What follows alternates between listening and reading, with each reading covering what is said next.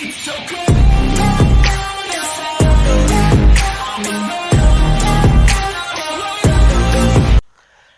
sahabat bahasa, ketemu lagi dengan saya Aldam Rojab. Pada kesempatan kali ini saya akan menjelaskan tentang materi perkuliahan saya lagi, yaitu keterampilan membaca tentang membaca kreatif. Membaca kreatif ini adalah penjelasan terakhir saya dalam materi kuliah keterampilan membaca ini. Yuk sama-sama kita belajar.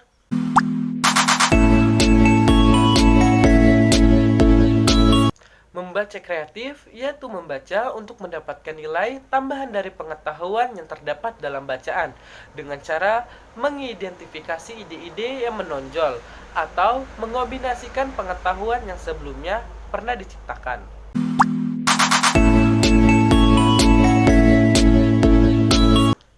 Ciri-cirinya, menurut Nur Hadi, sebagai pembaca yang kreatif harus memenuhi kriteria-kriteria berikut. Yang pertama, ada kegiatan membaca, tidak berhenti saat menutup buku. Yang kedua, mampu menerapkan hasil membacanya untuk kepentingan sehari-hari. Yang ketiga, adanya perubahan sikap dan tingkah laku setelah proses membaca selesai. Yang keempat, hasil membaca berlaku sepanjang masa. Yang kelima, mampu menilai serta secara kritis dan kreatif bahan-bahan bacaan. Yang terakhir adalah mampu memecahkan masalah kehidupan sehari-hari berdasarkan hasil yang dibaca.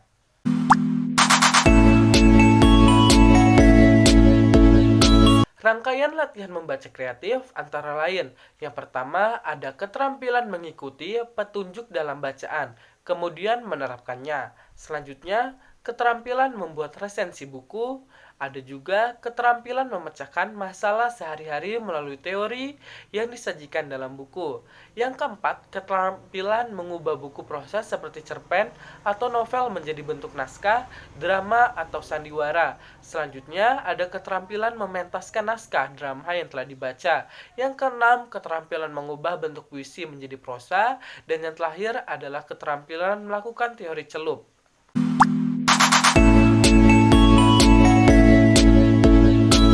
Menurut Tarigan, membaca kreatif bertujuan sebagai dramatisasi, interpretasi lisan atau musik, narasi pribadi, ekspresi tulis, ekspresi visual, dan aneka tujuan. Nah, dramatisasi ini dalam tahapan ini, peserta didik mendramatiskan tema-tema dari sastra yang kemudian dikaitkan dengan pengalaman-pengalaman mereka. Kemudian, peserta didik diberi kesempatan untuk menggunakan jenis-jenis drama dalam menginformasikan isi dari penggalan-penggalan sastra ke dalam berbagai macam ekspresi atau sudut pandang. Yang kedua, interpretasi lisan atau musik. Pada tahap ini, peserta didik dilatih untuk membandingkan aneka ragam penggalan sastra melalui penggunaan interpretasi lisan dan musik. Ada juga narasi pribadi. Pada tahap ini, siswa dituntut untuk banyak membaca cerita serta dapat menceritakannya kembali dengan kata-kata serta gaya bahasanya sendiri. Dan ekspresi tulis. Para peserta berlatih mempraktikkan ekspresi kreatif dengan cara menuliskan kembali cerita-cerita yang telah mereka baca, di mana mereka didorong untuk mengubah unsur-unsur yang terkandung dalam cerita aslinya dan menciptakan versi mereka sendiri. Ada juga ekspresi visual. Peserta didik menciptakan suatu karya visual yang kemudian digunakan untuk menghubungkan beberapa aspek dari bacaan mereka. Tahap berikutnya, siswa mengubah aspek bacaan mereka. Yang terakhir ada aneka tujuan. Tujuan dibagi menjadi 3 tingkatan, yaitu tujuan tingkat A sampai C atau kelas 1 sampai kelas 2 SD.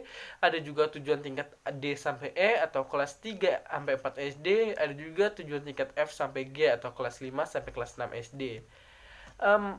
Selanjutnya,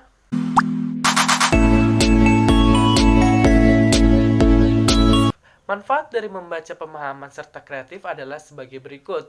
Yang pertama, dari membaca, kita dapat menerapkan berbagai pengetahuan baru yang telah kita peroleh untuk menggambarkan karir.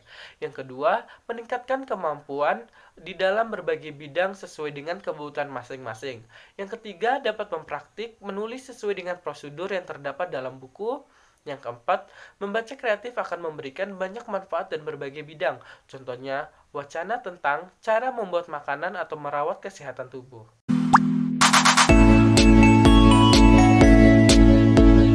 Kesimpulannya ialah membaca kreatif adalah salah satu jenis membaca, di mana kegiatan membaca ini dilakukan untuk mendapatkan nilai tambah dari pengetahuan yang terdapat dalam bacaannya, dengan cara mengidentifikasi ide-ide menarik yang kemudian bisa diterapkan dalam kehidupan sehari-hari. Sekian penjelasan tentang sejarah sastra periode 1961 sampai sekarang.